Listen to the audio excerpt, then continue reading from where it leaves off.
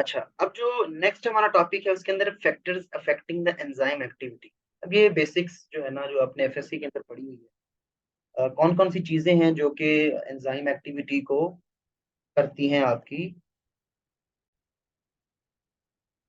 अच्छा, यहाँ पर सबसे पहली चीज जो हमारे पास आती है दैट इज सबस्ट्रेट कंसंट्रेशन।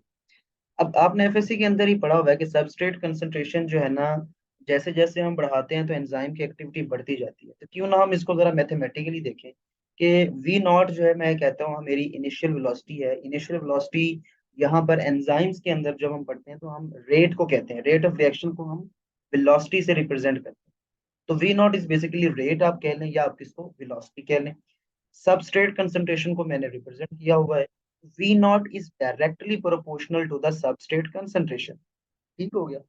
तो जब भी किसी चीज के अंदर डायरेक्ट रिलेशन होता है ना, तो आपको पता है उसका ग्राफ जो है वो लीनियर बनता है। ठीक है।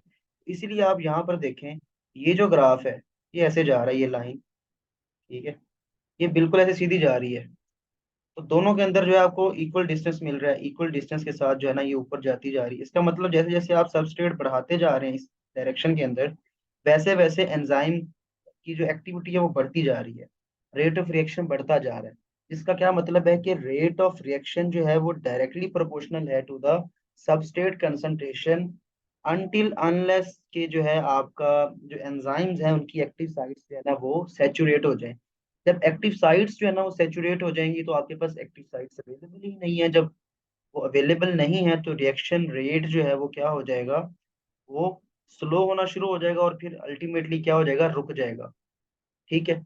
तो ये मैक्सिमम वेलोसिटी जो है यहाँ पर आपका, ये जो यहाँ पे जो वेलोसिटी होगी किसी रिएक्शन की, यानी जिसको हमने वी नॉट कहा था, यहाँ पर वो मैक्सिमम वेलोसिटी अचीव हो चुकी है जहाँ पे आपकी सारी की सारी एक्टिव साइट्स जो है ना वो ऑक्यूपाई हो चुकी है। आपकी सारी की सारी जो है ना वो सेचुरेट हो चुकी है। अब अगर मैं सबस्ट्रेट कंसंट्रेशन बढ़ाऊं भी, जितनी मर्जी बढ़ा लूं, लेकिन रेट ऑफ रिएक्शन जो है वो नहीं बढ़ता। इसलिए लाइन जो है आपको एक, आपको कैसे मिल रही है, ये ऐसे स्ट्रेट होगी, हॉरिजॉन्टली जो है ना मूव करना शुरू करती है कि सबस्ट्रेट कंसंट्रेशन तो बढ़ रही है लेकिन रेट ऑफ रिएक्शन नहीं बढ़ रहा। तो ये जो है, जब वी नॉट जो है वो चेंज नहीं होती और सबस्ट्रेट कंसंट्रेशन चेंज करने से, तो उस वक्त वी नॉट को हम वी मैक्स कहते हैं। मैक्सिमम वेलोसिटी जो यानी मैक्सिमम रेट ऑफ रिएक्शन कब होता है, जब तमाम की तमाम एंजाइम्स की जो एक्टिव साइट्स हैं वो ऑक्यूपाई हो जाती हैं, वो सेचुरेट हो जाती है।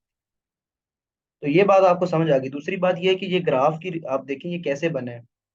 ये ग्राफ ऐसे बना हुआ है, इसको कहते हैं हाइपरबॉलिक ग्राफ। तो ये भी आपने याद रखना है कि इसका ग्राफ जो है वो हाइपरबॉलिक बनता है। ठीक है। ये ऐसे बनता है। और जब हम आगे देखेंगे टेम्परेचर का तो वो बेल शेप बनता है। ठीक है। ये ग्राफ वैसे आपको पता होना चाहिए। इसी में एक और चीज होती है जो कि हम जब इंशाल्लाह नेक्स्ट लेक्चर लेंगे तो उसमें देखेंगे कि एक ऐसे भी बनता है, एक ग्राफ ऐसे भी बनता है। ये सिग्मोइड साइनस ग्राफ है जिसको आप कहते हैं। ठीक है। जिसके अंदर एस शेप जो है ना कर्व कर्व बनती है।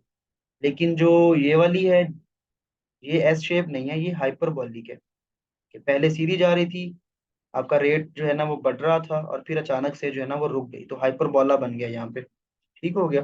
दूसरी चीज है टेम्परेचर। अब टेम्परेचर का ग्राफ आप देखें, बेल शेप कर्व बनी हुई है।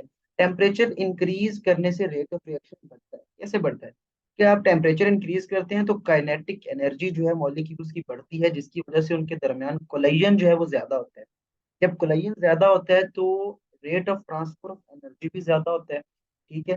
तो जब उनकी आपस में ट्रांसफर ऑफ एनर्जी भी ज्यादा हो रहा है और मॉलिक्यूल्स के पास एनर्जी बढ़ती जा रही है ड्यू टू कोलाइजन, तो बहुत सारे, जहाँ पे 10 थे अब वहां पर 20 ऐसे मॉलिक्यूल्स हैं जिनकी एनर्जी बहुत ज्यादा हो चुकी है कि वो एक्टिवेशन एनर्जी को बाईपास कर सकते हैं, जिसकी वजह से रेट ऑफ रिएक्शन जो है वो बढ़ जाता है।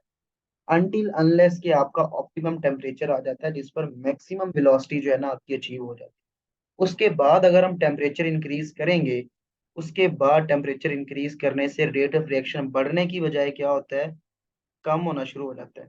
ग्राफ नीचे को आना शुरू हो जाता है। ठीक हो गया। तो ये बात आपने याद रखनी है कि एक स्पेसिफिक लिमिट तक जो है आपका टेम्परेचर इंक्रीज करने से रेट बढ़ता है, उसके बाद वो कम होना शुरू हो जाता है। कर्व कौन सी है, बेल शेप कर्व है आपके पास। Now come to the pH.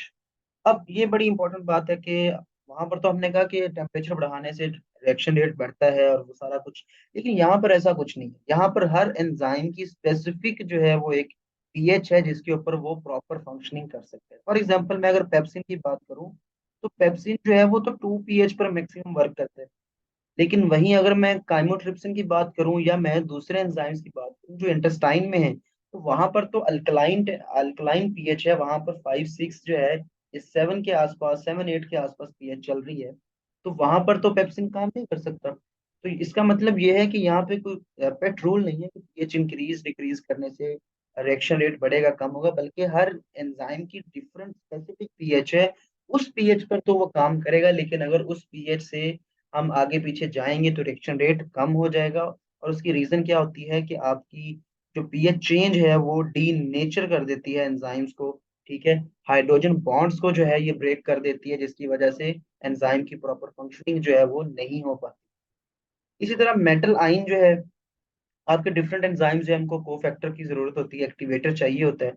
तो कार्बोनिक एनहाइड्रेज एक एंजाइम है, इसको जिंक चाहिए होता है। इनोलेज आप पढ़ेंगे ग्लाइकोलाइसिस के अंदर, तो उसको मैग्नीशियम और जिंक चाहिए होता है। तो अगर ये एक्टिवेटर्स होंगे, ठीक है, तो ये एंजाइम प्रॉपर फंक्शन करेंगे। और अगर ये एंजाइम जो है वो इनको ये नहीं मिलेंगे मिनरल्स, तो ये इनकी एक्टिविटी जो है वो कॉम्प्रोमाइज हो जाएगी। अब हम बात करते हैं इनहिबिटर्स की। तो एंजाइम्स की एक्टिविटी जो है वो इनहिबिटर्स पर भी डिपेंड करती है। अगर इनहिबिटर्स होंगे, ऐसे सब्सटेंस जो एंजाइम की एक्टिविटी को कम करते हैं, उनको हम कहते हैं इनहिबिटर्स। इनहिबिटर्स जो है ना एंजाइम एक्टिविटी को कम करते हैं। अभी तक हमने सारे वही पढ़े जो ज्यादा कर रहे थे, तो ये कम करते हैं। अब इनहिबिटर्स जो है ना वो कम्पिटिटिव भी हो सकते हैं, वो अनकम्पिटिटिव भी हो सकते हैं, और वो नॉन कम्पिटिटिव भी हो सकते हैं। आपके लिए ये टर्म न्यू होगी, लेकिन आपने परेशान नहीं होना। ठीक है, कम्पिटिटिव क्या होता है कि एंजाइम और सब जो होता है ना वो एक है आपके पास। ठीक है, उसके सामने आपके पास सबस्ट्रेट भी पड़ी है और आपके पास इनहिबिटर भी पड़ा है। दोनों के केमिकल स्ट्रक्चर के अंदर काफी सिमिलैरिटी है, तो दोनों एक दूसरे के साथ compete करते हैं कि उनमें से कौन जो है वो एंजाइम की अ, कुर्सी पर बैठते हैं और प्रोडक्ट में कन्वर्ट होते हैं। बेसिकली इनहिबिटर अगर बाइंड करेगा तो एंजाइम की एक्टिविटी ब्लॉक हो जाएगी। तो यहाँ पर वो एक दूसरे के साथ compete कर रहे होते हैं। जबकि नॉन कम्पिटिटिव के अंदर कंपटीशन नहीं होता। क्या होता है कि जो इनहिबिटर होता है वो डायरेक्टली आपके एंजाइम के साथ बाइंड करता है और उसको इनहिबिट कर देता है, ब्लॉक कर देता है। ठीक है, जबकि जो अनकम्पिटिटिव होता है उसके अंदर क्या होता है, एंजाइम और सबस्ट्रेट जो है ना वो आपस में मिलते हैं। ठीक है, उनका कॉम्प्लेक्स बनता है और ऊपर से इनहिबिटर का छापा पड़ता है, और वो इन दोनों को इन इस कॉम्प्लेक्स के साथ बाइंड करता है। ठीक है, और उसके बाद इनको ब्लॉक कर देते हैं। तो नॉन कम्पिटिटिव के अंदर वो डायरेक्टली एंजाइम को इनहिबिट करता है, जबकि एक अनकम्पिटिटिव के अंदर वो क्या करता है, एंजाइम जो सबस्ट्रेट कॉम्प्लेक्स बना होता है, ठीक है, उस स्टेट को जाके वो पकड़ता है, उसके साथ अटैच हो जाता है और वहां पे इनहिबिशन कर देता है। ठीक है, तो ये तो था हमारा आज का टॉपिक। कल जो है इंशाल्लाह हम नेक्स्ट वीडियो के अंदर हम इसकी फर्दर डिटेल्स पढ़ेंगे, ग्राफ्स देखेंगे, और माइकलिस मेंटन इक्वेशन, और विन जो है ना वो एक और ग्राफ होता है, उसको देखेंगे, प्लॉट जो है। तो इसमें अगर किसी को एक सवाल है तो वो पूछ सकता है।